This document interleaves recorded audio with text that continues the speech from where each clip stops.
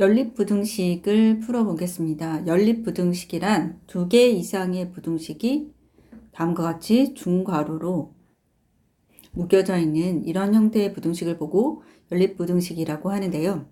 연립부등식을 푸는 방법은 각각의 부등식을 우선 푼다. 1번. 그 다음에 각각의 부등식에서 나온 해에 공통인 해를 찾는다. 라고 생각을 하면 됩니다. 공통인 해란 두 부등식을 동시에 만족시키는 해를 뜻하는 것이고, 그 해를 찾는 방법은 각 부등식을 풀어 나온 해를 수직선에 나타내어 그 두 부등식의 해의 수직선상에 나타낸 해에서 공통으로 겹쳐져 있는 부분을 찾아주면 그게 바로 연립부등식의 해가 됩니다. 자, 그럼 구체적으로 이제 부등식들을 풀어보면요. 첫 번째 부등식은 2차 부등식으로 인수분해를 해보면 이렇게 분해가 되고요. 살짝 도움이 되는 그림을 그린다면 이런 그림을 그릴 수가 있겠죠. 앞에 그 2차 부등식의 뿌리를 쭉 그 동영상을 보면 이렇게 그림을 이용해서 해를 구한 것들을 구한 방법을 소개했는데 그 방법대로 이렇게 표시를 한 다음 해를 구한다면 x는 1 이하 또는 x는 2 이상이다 라는 해가 나왔죠. 이게 첫 번째 부등식의 해고요. 네, 그 다음에 두 번째 부등식은 절대값 기호를 하나 가지고 있는 부등식 1차 부등식이므로 절대값 기호 안에 있는 식이 마이너스 2보다는 크고 2보다는 작아야 된다라고 해석을 해서 푸는 것이었죠. 절대값이 2가 되는 두 수를 0을 기준으로 대칭으로 표시한 다음 절대값이 2와 같게 되는 두 수를 경계로 하여 이 두 수보다는 0에 가까워야 절대값이 2보다 작은 것이므로 이 마이너스 2와 2 사이에 x-1이라는 값이 들어가야 된다는 걸 찾을 수가 있고요. 각 변에 1을 더하여 x의 범위로 다시 바꿔주면 이런 해를 찾을 수가 있어요. 이렇게 하여 각각의 부등식의 해를 찾았고요. 첫 번째 부등식의 해이고 두 번째 부등식의 해죠. 연립부등식의 해란 지금 구한 이 두 해를 수직선에 나타내어 겹치는 범위를 찾으면 됩니다. 1 이하 2 이상 표시하고요. 이게 첫 번째 부등식의 해고 마이너스 1초가 3 미만. 자, 그렇다면 두 범위에 겹치는 구간을 빗금으로 나타낸다면 이렇게 나타낼 수 있고요. 따라서 연립부등식의 해는 마이너스 1초가 1 이하 또는 2 이상 3 미만이다 라고 찾을 수가 있겠죠. 이런 방법으로 연립부등식의 해를 구하면 됩니다. 결국 연립부등식의 해를 구하는 방법이란 각 부등식을 어떻게 푸는 건지 각각 풀 수 있어야 되고 각 부등식을 풀어 나온 해에 겹치는 범위를 찾는다. 공통인 해를 찾는다. 이것만 정확하게 알고 있으면 됩니다. 공통인 해를 구한다. 자, 그러면 이 연립부등식 문제 중에 조금 응용되어 있는 문제를 한번 풀어볼게요. 다음 문제를 보면 연립부등식이 있고요. 이 연립부등식을 만족하는 자연수 x가 오직 한 개일 때 양수 a의 값의 범위를 구하시오 라고 되어 있죠. 자, 그렇다면 이 문제는 우선 이 부등식, 연립부등식을 만족하는 해를 구하는 것부터 해야 하는데요.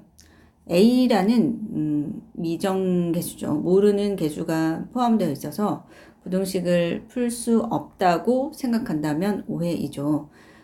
a를 포함한 형태로 부등식을 먼저 구해야 되는 것이죠. 첫 번째 부등식을 풀어보면 어떤 수의 절대값이 1보다 작으므로 이 어떤 수는 마이너스 1과 1 사이에 있다라고 풀 수 있고요.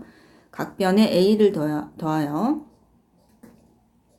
가운데 x만 남겨서 x의 범위를 구한다면 자, 이러한 해를 찾을 수가 있겠죠. 자, 이것이 부등식을 풀어 나온 해이고요. 정확히 A가 몇인지 알 수 없으므로 이렇게 문자를 포함한 형태의 해를 찾았고요. 네, 두 번째 부등식을 풀어보면 x 플러스 2, x 마이너스 2는 0보다 크다 라고 인수분해가 되며 마이너스 2와 2를 경계로 해서 0보다 큰 범위는 이렇게 표시할 수가 있겠죠. 따라서 x는 마이너스 2보다 작거나 2보다 크다 라고 나왔고요. 이 두 해를 같은 수직선에 겹쳐서 그 범위를 나타낸다면 우선 마이너스 2보다 작거나 2보다 크다라는 해를 나타냈고요. 마이너스 1 더하기 a보다는 크고 1 더하기 a보다는 작다라고 했는데 1 더하기 a는 양수이죠. 그래서 오른쪽 어딘가에 표시를 해야 하는데 여기서 1 더하기 a가 몇인지 알 수 없으므로 나타낼 수 없다라고 생각하면은 문제를 더 이상 접근을 할 수가 없기 때문에 편의상 문제의 뜻에 따라 이 겹치는 부분에는 자연수가 오직 한 개뿐이다 라고 했으므로 1 더하기 a가 어쩔 수 없이 2의 오른쪽에 오면서 이렇게 겹쳐져야 된다는 걸 알 수가 있어요. 사실 이쪽은 마이너스 1 더하기 a는 어디까지 겹치는지 알 수가 없거든요. 이것도. 그러나 이제 편의상 이 정도 먼저 그림으로 나타낸 다음 그래서 여기가 겹친다면 이라고 생각을 해보죠. 마이너스 2와 마이너스 1 더하기 a 사이에 겹쳐진 부분에는 자연수가 올 수가 없죠. 여기에 겹쳐져 있든 겹쳐져 있지 않든 사실 상관이 없는 것이죠. 문제의 뜻에 맞는 부분은 2와 1 더하기 a 사이에 있는 이 부분이죠. 여기에만 만약 문제의 뜻에 따른 자연수가 있다면 그것은 이 부분에 있을 수밖에 없겠죠. 음수 쪽에는 자연수가 없으므로. 따라서 오른쪽에 겹쳐진 이 부분에 문제에서 말하는 자연수가 하나, 오직 하나 있어야 한다는 걸 알 수가 있어요. 그렇다면 그 자연수는 2보다는 크고 1 더하기 a보다는 작은 수인데 그게 몇인지 우리가 바로 눈치챌 수가 있겠죠. 그 수는 어쩔 수 없이 2보다 큰 자연수 중에 가장 작은 수인 3이 되어야 한다라는 걸 알 수가 있어요. 자, 이 범위에는 반드시 3이라는 자연수가 들어가 있어야 된다라고 생각을 했고요. 그런데 또 하나 더 생각해야 할 것은 4라는 자연수는 이 범위에 있으면 안 된다라는 것이에요. 이 이제 응용 문제의 핵심은 3은 찾을 수 있으나 4의 위치를 찾지 못한다면 1 더하기 a의 범위를 잘못 구할 가능성이 높아요. 결국 1 더하기 a라는 수는 3과 4라는 두 수 사이에 오게 된다라는 걸 그림을 통해서 찾을 수가 있어야겠죠. 자, 이 그림대로라면 1 더하기 a라는 수는 3보다는 크고 4보다는 작다 라고 생각할 것인데 이때 1 더하기 a는 당연히 3보다는 커야 되죠.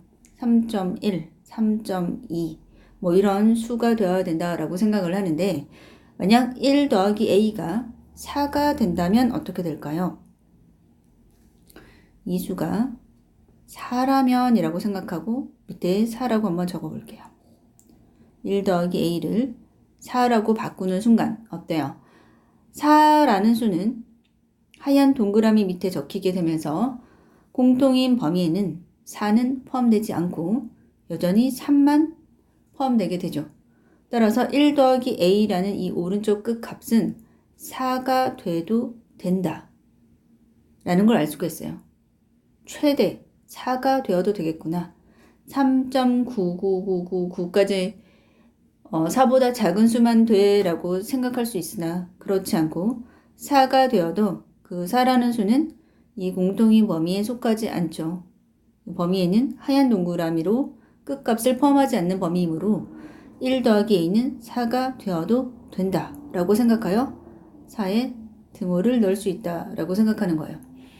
지금 이 찾아놓은 이 등호 4와 같아도 돼 라는 이 부분이 이 응용 문제에서 가장 핵심이며 어려운 부분이에요. 1 더하기 a는 4가 되어도 된다 라는 걸 그림에서 이 1 더하기 a 자리에 4라고 바꾸고 판단해 보면 4가 되어도 되겠구나 라는 걸 알 수가 있죠. 따라서 이 a의 범위는 각변에 1을 빼고 2보다는 크고 3보다는 작거나 같다. 이렇게 찾을 수가 있겠죠. 실제로 이제 a가 2초가 3 이하가 되면 아까 편의상 그린 마이너스 1 더하기 a가 마이너스 2의 왼쪽에 오게 그렸지만 사실은 뭐 이렇게 그려진다는 것도 알 수가 있죠. 그러나 이쪽은 옳게 그리지 않았어도 문제를 푸는 데는 별 지장이 없었죠. 자, 이렇게 연립부등식의 응용 문제를 한번 풀어보았습니다. 그 가장 대표적인 문제로 등호가 들어갈 수 있다는 걸 찾는 것, 이것이 중요하죠. 그래서 1학년 때 배운 부등식을 이렇게 연립부등식까지 정리를 해보았는데 고3이 알아야 되는, 그러니까 수능을 준비하기 위해서 알아야 되는 뭐 기본적인 내용이다 라고 이제 생각을 하면 돼. 이 정도의 응용 문제까지만 다룰 수 있으면 좋겠다라는 것이죠.